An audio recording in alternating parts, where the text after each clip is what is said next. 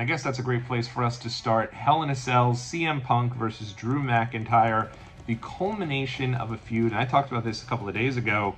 This feud really has been going on since CM Punk has returned to WWE. It has, you think about it, even when he gets injured there, and then Drew comes out and gives the whole, DM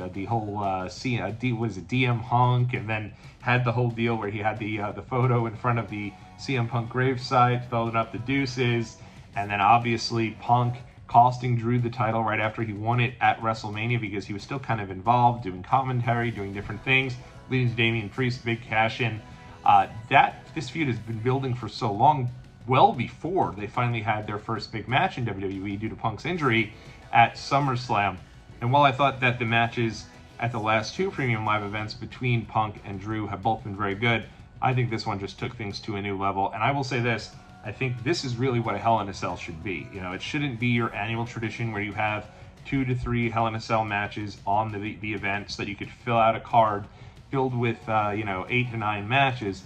And so you need 2 or 3 of them to be Hell in a Cell because the name of the show is WWE Hell in a Cell. Instead, this one really felt like it was important. It felt like these guys, have been going at it for so long that the only way for this feud to really end and to culminate would be inside of Hell in a Cell. And my word, was this a brutal Hell in a Cell. If you've been a fan of WWE for a long period of time and used to remember those old school Hell in a Cells where Undertaker, Shawn Michaels, a bloody mess, just totally gross.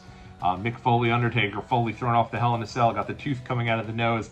Every single one of those, it really felt like at the end of a Hell in a Cell, it took a lot out of both guys, and that is exactly how I felt in this match here. This match was not for the weak at heart. This match was not for the kids. This was a brutal match, but with that being said, I don't think this match was brutal for the sake of brutality. Instead, I think this match was brutal from the sake of the feud, right? It should have been brutal. It needed to be brutal. It wouldn't make any sense for these guys to go in there and not beat the crap out of one another. Both men bled. Drew McIntyre bled ridiculously. I mean, that was a hard wave blood if you'd ever seen it.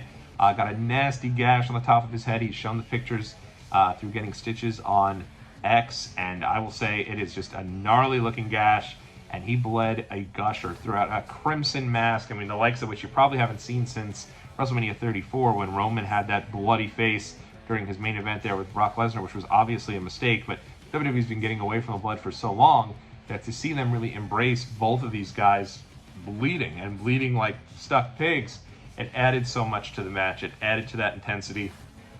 And they had a great closing shot of the two of them laying there, totally bloody. Drew in a hot mess there. CM Punk victorious, but blood streaming down his face. They pulled back, and you just saw blood splattered all over the mat from both of these guys. And I just thought, my gosh, I mean, what a great story the two of them told. They were it wasn't utilizing your typical weapons for the sake of utilizing the weapons. They were really creative with them. You had tools involved here.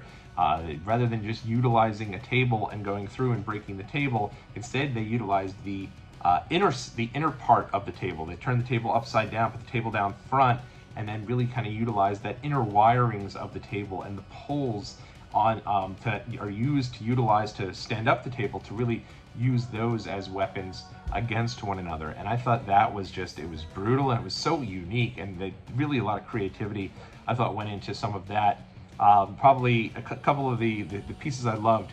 Drew's bleeding like a stuffed pig, and here comes the ref to try to utilize the white towel to wipe down Drew's face, and Drew just immediately takes the towel, he throws it to the side, and I was like, let's go, because how many times now in recent WWE, even Hell in a Cell with Edge and Finn Balor at WrestleMania, they stopped the match awkwardly to kind of stop the blood, and I recognize that piece of it, and I do appreciate the family-friendly aspects of WWE. I have 2 young kids, and one of them at 4 years old loves WWE.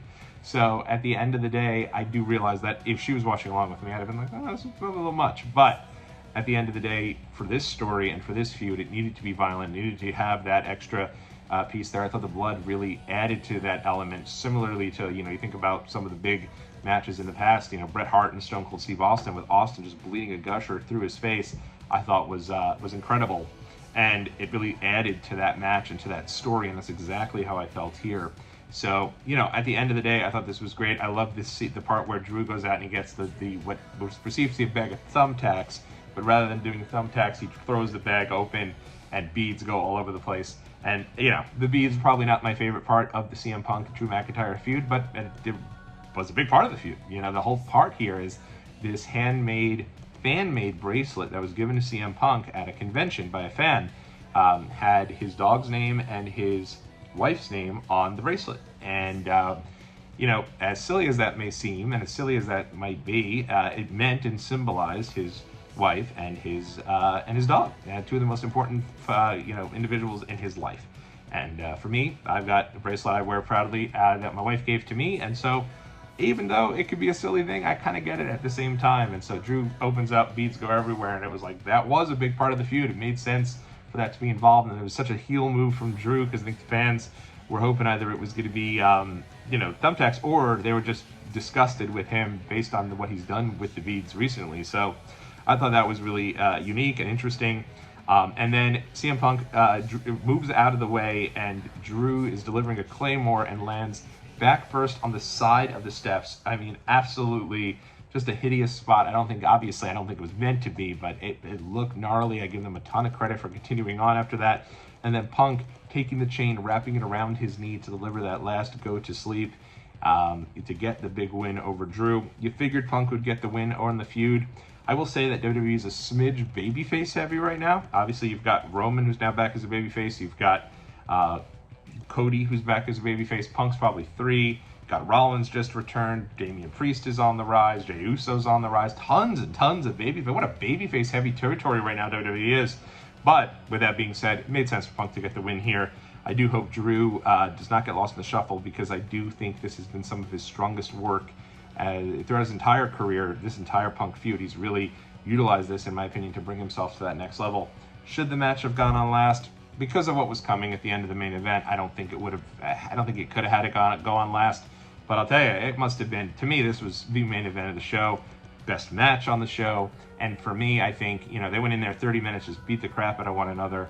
And what a hard match this must have been to follow. I mean, you figure poor Bayley and Nia Jax are standing back there, and they know they're coming up next, and that had to just be, had to be brutal. Had to be a really tough match to follow. I think they did, you know, Omen's job, but at the end of the day, I just was like, my gosh, I would have hated to have to be one of them. So, end of the day, this match was great. I think it'll go down as one of the greatest Hell in a Cell matches of all time. If you wanted to tell me this is in your top 3, I wouldn't blame you for it. I think it's that good, and did a really great job of being what the Hell in a Cell should be, which is the big culmination of a great feud, which was that in CM Punk and Drew McIntyre. Hey, if you like what you see, make sure you leave a big thumbs up and subscribe to Watch Along Wrestling for all of my hotlines, reviews, vlogs, whole bunch of fun stuff here on Watch Along Wrestling, including my entire Bad Blood 2024 review. Until next time, thumbs up always. I'll catch you all next video.